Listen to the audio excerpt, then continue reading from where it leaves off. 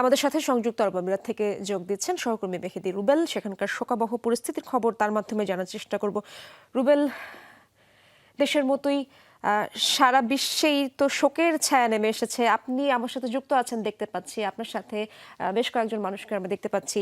অবশ্যই তারা বিএনপি সমর্থক অথবা বেগম খালেদা জিয়াকে দেশের বাইরে যারা পছন্দ করেন ব্যক্তিগতভাবে বা তার রাজনৈতিক ক্যারিয়ারকে যারা অনুসরণ করছেন, তাদের অবস্থা জানতে চাই। এই শোকাবহ পরিস্থিতি কেমন করে সামলাচ্ছেন তারা, কি বলছেন তারা? আপনাকেই বলছি, ইন্স্যুরেন্স করলে সিটিতে সুরক্ষা পাবেন নিশ্চিতে।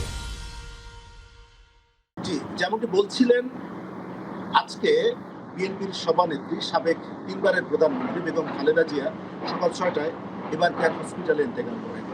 দেশে এবং দেশের বাহিরে এক ধরনের বিএনপি এবং যারা প্রবাসে আছে তাদের ভিতরে শোকের মাতম চলছে।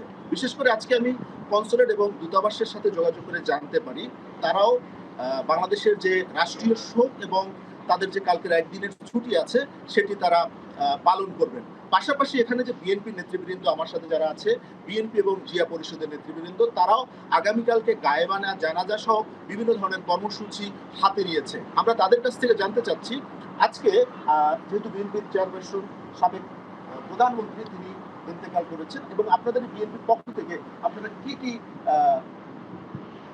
অনুষ্ঠান হাতে নিয়েছেন? ধন্যবাদ। আসলে বাংলাদেশ আজকে অভিভাবক শূন্য হয়ে গেছে। বারবার সাবেক প্রধানমন্ত্রী শহীদ প্রেসিডেন্ট জিয়া রহমানের সহধর্মিণী এবং বাংলাদেশের আপসহীন নেত্রী, যিনি এত কিছুর মধ্যে কারোর সাথে কোনোদিন আপোষ করে নাই, এবং সেই নেত্রীকে আজ আমরা হারিয়েছি। এবং আজকে প্রবাসী সহ সারা বিশ্বের মধ্যে যারা বাংলা ভাষাভাষী আছেন সবাই শোকাহত। তো বেগম খালেদা জিয়ার এই প্রয়াণে আমরা যে সিদ্ধান্ত নিয়েছি, আমরা যে এখানে কর্মসূচি নিয়েছি, সেটা হচ্ছে আগামীকালকে গায়েবী জানাজা এবং দোয়া কর্মসূচি সংযুক্ত আরব আমিরাত বিএনপি এবং সংযুক্ত আরব আমিরাত জিয়া পরিষদের পক্ষ থেকে আমরা এখানে কর্মসূচি হাতে নিয়েছি। এবং প্রবাসীরা এটা আসলে এক জায়গায় এখানে মাছ গ্যাদারিংয়ের জন্য এক জায়গা হয়তো সম্ভব না হতে পারে, প্রত্যেক ডিস্ট্রিক্টে এখানে 7 এমিরেটসে এই কর্মসূচি পালন করা হবে। জি, যেমনটি বলছিলেন, আমার সাথে আরো একজন বিএনপির নেতা রয়েছেন, সুমন ভাই। আপনারা এই যে বিএনপি একটা অভিভাবক, সমস্ত জাতি যে অভিভাবক হারিয়েছে, এটা সম্পর্কে আপনি আসলে বিএনপি অভিভাবক হারিয়েছে, আসলে এটা বাস্তব। মানুষ তো মৃত্যু তো হবেই, স্বীকার করতে হবে। তারপরে ওই 18 কোটি মানুষের নেত্রী এবং খালেদা জিয়া আজকে আমাদের মধ্যে নাই, আসলে এই জিনিসটা আমার কাছে ভাবতে খুব খারাপ লাগছে। বিএনপি হারাইছে, বাংলাদেশও হারাইছে।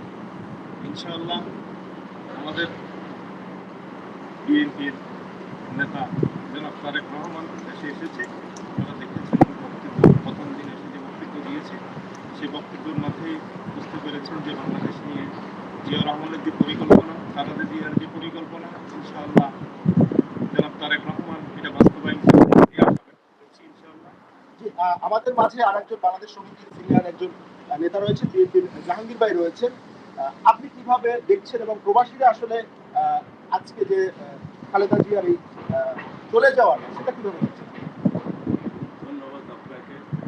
আসলে আমরা প্রবাসীরা রুবেল, প্রচুর বাতাসের কারণে অডিওটা স্পষ্ট শোনা যাচ্ছিল না, আপনাদের কথা স্পষ্ট শোনা যাচ্ছিল না। ধন্যবাদ আপনাকে যুক্ত হওয়ার জন্য।